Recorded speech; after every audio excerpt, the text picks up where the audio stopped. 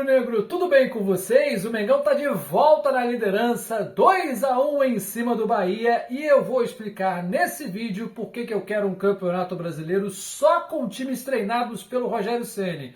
Antes, eu preciso lembrar você que já está disponível o clube de membros aqui do Covil Rubro Negro. Faça parte dessa família, clica aí no Seja Membro e veja as opções. A partir de R$ 2,99 você já ajuda o canal a produzir mais conteúdo e tem conteúdo exclusivo. Tem vídeos que chegam primeiro para quem é membro, tem emojis para usar nas lives do canal, tem um grupo exclusivo de WhatsApp para você conhecer outros membros e fazer amizades ao redor do planeta. Então não perca tempo, escolha aí o plano que mais couber no seu bolso, o preço de um cafezinho, de uma cerveja, de um refrigerante, R$ 2,99 por mês, e você já ajuda demais aqui o trabalho do Covil. Agora sim, vamos falar dessa vitória com cara de Mengão, com cara de líder, vitória de quem quer mesmo ser campeão brasileiro. O time do Flamengo está até me surpreendendo, né? No momento em que a gente tem aí 10 desfalques para cima, convivendo com muitas lesões, 5 jogadores convocados, a Copa América está sendo um momento em que o Flamengo está crescendo de produção, é uma das maiores invencibilidades da Série A do Campeonato Brasileiro, aliás, derrubando o maior invicto, né? O Bahia tinha a série mais invicta do Campeonato Brasileiro nos últimos tempos, depois da derrota do São Paulo, e essa rodada foi maravilhosa. Foi uma delícia. Do G8, poucos foram os times aí que marcaram os 3 pontos e o Flamengo foi um deles. Foi uma rodada marcada por duelos entre as equipes que estão lá em cima na tabela e todo mundo perdeu ponto, só o Mengão que não perdeu. Bom demais ver o rubro-negro no topo. Entramos em campo hoje com Rossi, Wesley, Davi Luiz, Léo Pereira e Ayrton Lucas, Léo Ortiz, Gerson e Lohan. Lá na frente, Luiz Araújo, Everton Cebolinha e Pedro. Cabe a ressalva aqui, Fabrício Bruno suspenso e o Ayrton Lucas, graças ao bom Deus, voltou. Então a gente teve que fazer menos improvisações aí no começo da partida.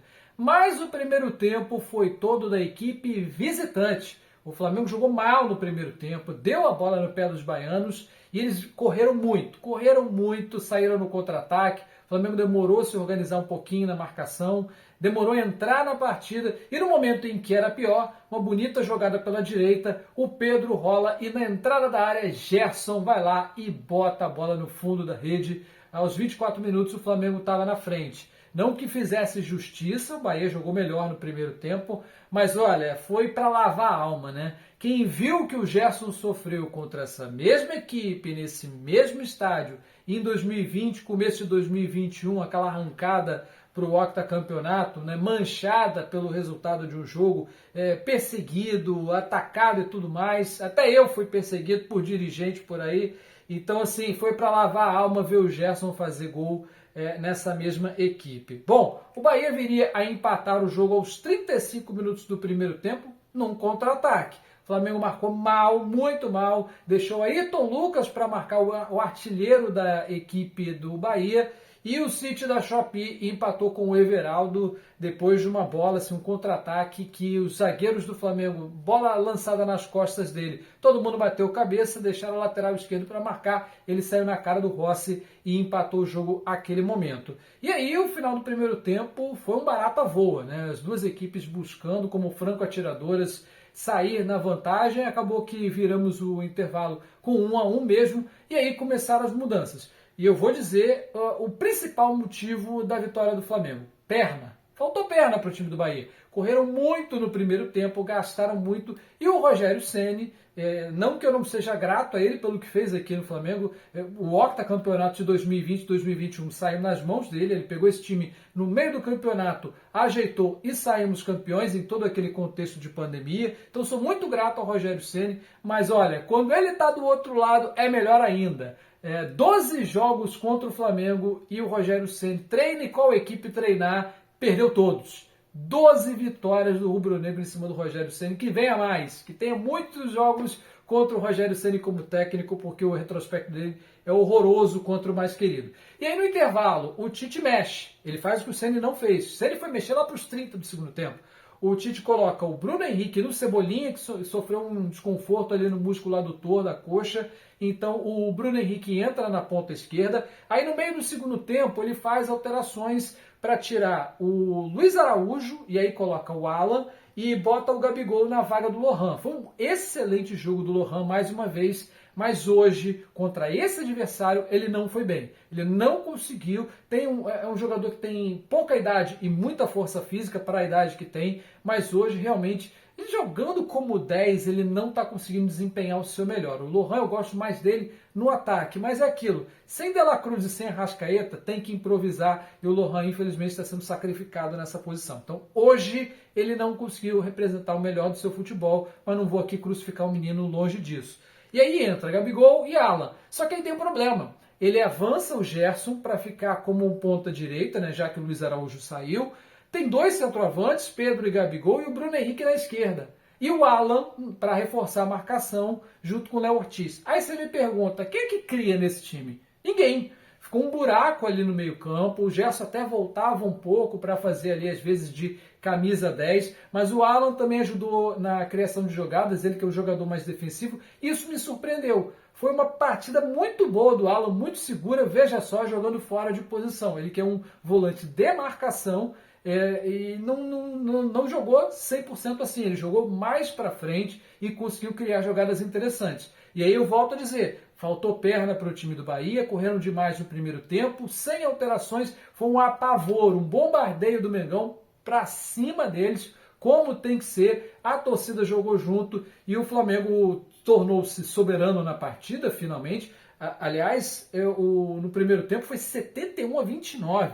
Meus amigos, um time visitante, tudo bem que são dois treinadores que gostam de jogar com a bola no pé, mas um time visitante ter 71% de posse de bola no primeiro tempo no Maracanã foi assustador, realmente o primeiro tempo para esquecer do Mengão. Mas aí, no momento em que a partida se desenhava para o Flamengo se lançar à frente, se desesperar no chuveirinho, vem a lesão do Léo Ortiz. Mais uma vez ele é obrigado a sair e mais uma vez entra o Everton Araújo, cria do ninho do Urubu, para substituí-lo. Ele não fez gol hoje, mas foi muito importante na criação de jogadas, na contenção, conseguiu realmente acabar com qualquer chance do Bahia virar a partida. E aí, no abafa, no sufoco, naquele estilo de ser Flamengo até o final, né, de apoiar o clube até o final, aos 50 e todos do segundo tempo, 49 do segundo tempo, uma falta lá na ponta direita, o Gerson cobra e a bola vai parar na cabeça do Davi Luiz e essa vai parar no fundo da rede, um gol que dá a liderança, pelo menos até o final de semana,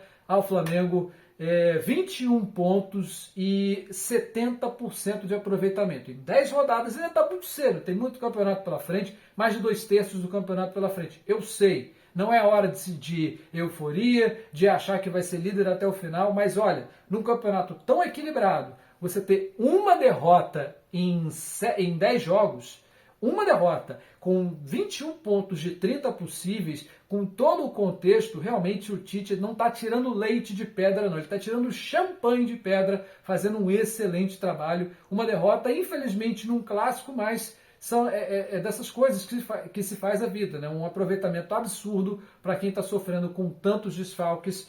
E o Flamengo agora assume a liderança mais uma vez, passa o Botafogo, que foi a única equipe a derrotar o Flamengo, e o próximo jogo é justamente um clássico, né? Não dá para traçar previsões, o Flamengo vem como líder e o Fluminense vem como lanterna, mas o Fla-Flu 4-5-1 que pode marcar aí a dispensa do terceiro técnico contra o Flamengo, né? Se o Diniz for demitido, será o terceiro técnico vítima do Flamengo nessa temporada. Não dá para traçar prognósticos. O Fluminense vem muito pressionado, o Maracanã vai estar lotado, o mando é deles, inclusive. Não sei se eles vão ser maioria no atual contexto, mas de qualquer forma o torcedor rubro-negro tem que ir, tem que entrar cedo, tem que ir na paz e se tudo der certo, sairemos vencedores e mais uma vez na liderança desse campeonato. O que fica a lição que fica o trabalho está sendo bem executado e o rubro-negro tem que ter muita calma, paciência. Essa época de data FIFA era para a gente estar sofrendo, empate aqui, uma derrota ali, uma vitória aqui, comemorando cada pontinho. Por sorte, estamos conseguindo sofrer menos. O Galo tomou 2 goleadas seguidas. Ok, hoje jogaram sem o Hulk e perderam para o Vitória, mas tomaram 8 gols em 2 jogos. O São Paulo teve a sua primeira derrota com o Zubeldia. O Palmeiras também está sofrendo um pouquinho com o rendimento. Então, equipes que tiveram jogadores convocados estão sofrendo, estão perdendo pontos. Não é o caso do Flamengo, que graças ao bom Deus está conseguindo rendimento. Está suando, está sofrendo, mas o resultado está vindo e o torcedor tem que confiar, porque era uma época em que a gente ia perder gordura e estamos acumulando gordura. Então, meus amigos, segunda estaremos de volta depois de mais um clássico e eu espero que a gente faça valer aquela faixa dos tricolores. Ganhar Fla-Flu é normal para nós, né? Porque nós temos a hegemonia em absolutamente tudo e vamos ajudar eles a pagarem o boletim vencido há mais de 25 anos, né? Grande abraço a todos e até a próxima. Tchau, tchau, galera!